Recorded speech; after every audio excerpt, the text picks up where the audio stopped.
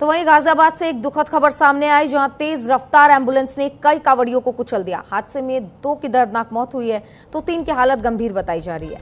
घायलों का अस्पताल में लगातार इलाज जारी है। तो गाजियाबाद में देर रात को एक सड़क हादसा हुआ, जिसमें जो कांवड़िए सड़क पर चल रहे थे उनको एक तेज रफ्तार एम्बुलेंस ने रौंद दिया, जबकि इस हादसे में 3 लोग घायल हुए हैं तो 2 की मौत हुई है।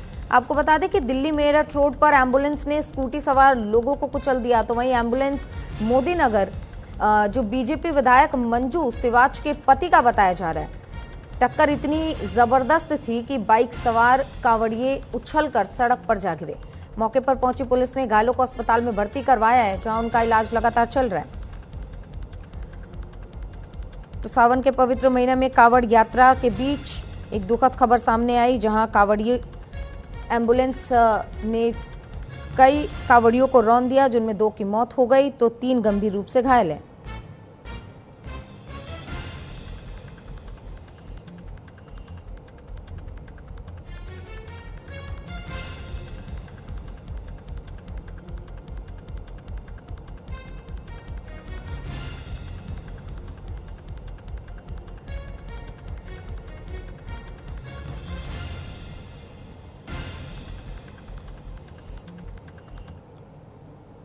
तो तमाम जगहों पर कावड़ को लेकर क्या कुछ व्यवस्थाएं की गई हैं? हरिद्वार से हमारे सहयोगी विश्वास सैनी हमारे साथ जुड़ गए हैं। विश्वास, किस तरीके की कावड़ की व्यवस्थाएं देखने को मिल रही है? प्रशासन की ओर से क्या कुछ व्यवस्थाएं की गई हैं और अब तक कितने कावड़िए जल उठाने के लिए हरिद्वार पहुंचे हैं?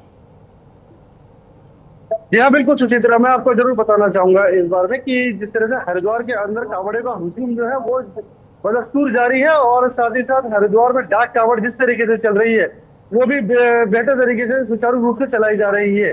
हालांकि इस वक्त जो कावड़ियों की जो स्थिति सामने आ रही है, कम से कम 2 करोड़ कावड़िए जो है वो जल लेकर अपने गंतव्य की ओर रवाना हो चुके हैं। और साथ ही साथ बैरागी कैंप और आसपास के दक्षेश्वर जितनी पार्किंग है वो भी इस वक्त फुल हो चुकी है। सर ने जिस तरीके से कावड़ियों के साथ समन्वय बनाकर जिस तरह से डाक कावड़ को चलाया हुआ है, उसको लेकर जैसा बताया जा रहा है कि कावड़ियों का जिस तरह से आना जिस तरीके से चल रहा है, उस तरह से इनका आगमन तो सुचारू है, लेकिन जिस तरह से प्रस्थान इनका हो रहा है, यानी कहीं एग्जिट जो है वो एक चुनौती है प्रशासन के लिए। विश्वास, क्योंकि आप वहां मौके पर मौजूद है, आपको क्या नजर आ रहा है, किस तरीके से व्यवस्थाएं की गई है? क्योंकि डाक कावड़ जो है वो रुकते नहीं है कहीं, वो लगातार चलते रहते हैं। तो डाक कावड़ के लिए स्पेशल सरकार की तरफ से, प्रशासन की ओर से क्या व्यवस्थाएं की गई हैं? जी हाँ, बिल्कुल, जिस तरह से हम देख रहे हैं डाक कावड़ के लिए हुजूम इस वक्त सड़कों पर आया हुआ है, और एक जो हाईवे है, हाईवे के जो एक साइड है उसको खाली रखा गया जिससे कि एग्जिट बनाया जा सके, और पुलिस प्रशासन ने स्पेशल टुकड़ी जो है अपनी सुरक्षा व्यवस्था को लेकर वो इस वक्त डिप्लॉय की हुई है। और प्रशासन के लिए बड़ी चुनौती है, क्योंकि जितने कावड़िए हैं कावड़िए को रोका जाता है कि किसी तरीके से जो प्रशासन ने रोड मैप बना रखा है उसको वो फॉलो करे, लेकिन डाक कावड़ में इस तरह की स्थिति है वो कहीं ना कहीं। विश्वास, आप हमारे साथ बने रहिएगा। हमारे सहयोगी कपिल मेहरा भी गाजियाबाद से जुड़ गए हैं, उनसे भी जानकारी ले लेते हैं। कपिल, एक दुखद खबर सामने आती है, जहां कावड़ियों को एक तेज रफ्तार एम्बुलेंस ने रौंद दिया, जिसमें 2 की मौत और 3 घायल हुए। क्या अपडेट अब तक? जी देखिए, सबसे बड़ा सवाल जो उठता है यहाँ पुलिस सुरक्षा पे उठता है, जहाँ पुलिस विभाग ने बोला था कि कावड़ रूट को डेडिकेटेड कावड़ियों के लिए रिजर्व कर दी जाएगा। उसके बाद ये दूसरी रोड पर एक एम्बुलेंस तेज रफ्तार से आती है, जिसकी स्पीड लगभग 100 किलोमीटर की स्पीड बताई जा रही थी। अचानक वो 5 कावड़ियों को चलती है और उसमें 2 की मौत हो जाती है। अगर बीट प्रणाली सिस्टम इतना मुस्तैद था तो आखिरकार 100 की स्पीड से जो गाड़ी चल रही थी वो उस रोड पर कैसे आ गई और लगातार उसमें 5 कावड़ियों को चल दिया। सबसे हैरानी की बात जो है, जिसको प्रशासन दबाने में इस वक्त लगा हुआ है, वो एम्बुलेंस जो है मोदी नगर विधायक जो मंजू सिवाच है उनके पति के हॉस्पिटल की है। ज्यादा इसको कोई आधिकारिक जानकारी किसी अधिकारी ने अब तक नहीं दी है, लेकिन वहां के जो स्थानीय निवासी उन्होंने बताया था कि जैसा उस एम्बुलेंस चालक को देखा जा रहा था वो नशे की हालत में लग रहा था।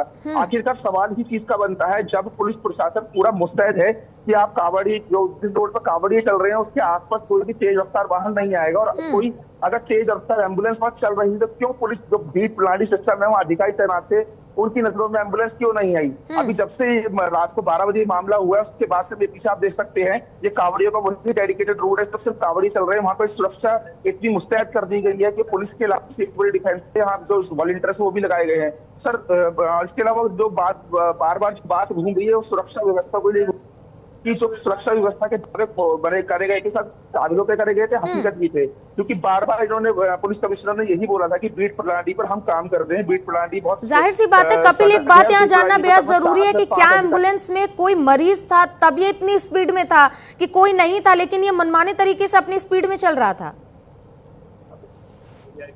जी बिल्कुल, जैसा कि एम्बुलेंस है, इमरजेंसी व्हीकल है, और कहीं निकलता है तो फिर आसानी से तो रोकता नहीं है। सवाल फिर वही बनता है कि इमरजेंसी व्हीकल था तो ऐसे क्या जलती थी उस गाड़ी को, जो सिर्फ एक सिंगल रोड के ऊपर 100 की स्पीड में जा रहा था और उसमें इतने बड़े हादसे को अंजाम दे दिया। ठीक है, हमारे साथ हरिद्वार से लगातार विश्वास भी बने हुए। विश्वास, जिस तरीके से आपने सुना कि गाजियाबाद में एक एक्सीडेंट हो जाता है जिसमें 2 कांवड़ियों की मौत हो जाती है, प्रशासन की ओर से ऐसे हादसों से निपटने के लिए क्या व्यवस्था की गई है, कोई हादसे का शिकार ना हो, और किस तरीके से ट्रैफिक रूट्स में बदलाव किया गया है ताकि कांवड़ियों को सुविधा हो सके? यहाँ बिल्कुल सुचित्रा, ये एक बहुत ही दुखद घटना है जिसको लेकर प्रशासन को सतर्क होना जरूरी है कि एम्बुलेंस हो, ठीक है, वो एसेंशियल सर्विस में आती है, लेकिन जिस तरह से एम्बुलेंस का है, एम्बुलेंस को भी पीठ अधिकारियों के द्वारा इस तरीके से व्यवस्था देनी चाहिए कि उसके लिए रास्ता खाली हो या कांवड़ी सड़क पर ना आए। लेकिन जिस तरह से एसेंशियल सर्विस को पहुंचना जरूरी है तो लेकिन उसको भी एक स्पीड नियंत्रण होनी जरूरी है। जैसा कि अभी हमारे सहयोगी ने बताया कि 100 किलोमीटर पर आवर की स्पीड से वो चल रही थी। हालांकि जगह जगह हॉस्पिटल्स वगैरह की भी व्यवस्था है और इस व्यवस्था को भी उनको दरकिनार नहीं करना चाहिए, लेकिन हरिद्वार के अंदर इस तरह की स्थिति है कि जिस तरह से कांवड़ी जो है वो सड़क के बीचों बीच जो बैठ जाते थे, तो हरिद्वार प्रशासन ने उसको समय समय पर लाउड स्पीकर के माध्यम से कहे या हम कहे कि अधिकारियों ने रोड पर उतर कर भी इस तरीके की जो व्यवस्था है कांवड़ियों ने बनाई थी, क्योंकि वो जो हरिद्वार प्रशासन है उसकी बनाई हुई व्यवस्था को कई बार वो फॉलो नहीं करते, और इसको लेकर कई बार देखी जो भी कांवड़ी और प्रशासन के बीच में देखी गई है। पुलिस विभाग ने इसको लेकर जरूर इस तरह की सतर्कता दिखाई है कि जितने भी कांवड़ियां हैं वो सड़क से किनारे बैठे और सड़क के किनारे बैठने की वजह से जो इस तरह के हादसे हैं वो सामने ना आए। ठीक है, विश्वास बने रहिएगा हमारे साथ। कपिल बने हुए। कपिल, जिन कांवड़ियों की मौत हुई है, जो 2 कांवड़ियों की मौत हुई है, 3 घायल है, क्या उन 2 लोगों की शिनाख्त हो पाई है? उनके परिवार वालों को खबर पहुंची? क्योंकि जाहिर सी बात है आस्था का कांवड़ लेकर वो कांवड़िए निकले थे, लेकिन अब वो इस दुनिया में नहीं है। परिवार वालों की क्या हालत होगी और जब उन तक ये खबर पहुंची उसके बाद से क्या स्थिति बनी हुई है? जी देखिए, जब रात को ये हादसा होता है, हादसे के बाद अधिकारी वहाँ मौके पे पहुंचते हैं और जो घायल थे उनको मेरठ शुभारती मेडिकल और गाजियाबाद के लिए रेफर करते हैं। लेकिन दुखद घटना ये रही कि उनको रास्ते में 2 कांवड़ी की मौत हो जाती है। फिलहाल उनकी कोई पहचान नहीं हो पाई है, लेकिन पुलिस उनके जो उनके पास मोबाइल बरामद हुए हैं उसे और की थी उससे उनके घर वालों को पहचानने की कोशिश कर रही है। और सबसे बड़ी बात मैं आपको बता देना चाहता हूँ, कल रात से दिल्ली मेरठ एक्सप्रेस वे को बंद करना था, लेकिन गाजियाबाद के एटीसी ट्रैफिक जो है बचे हैं, उन्होंने अपना अनऑफिशियल स्टेटमेंट देकर हाईवे को नहीं बंद कर रहे।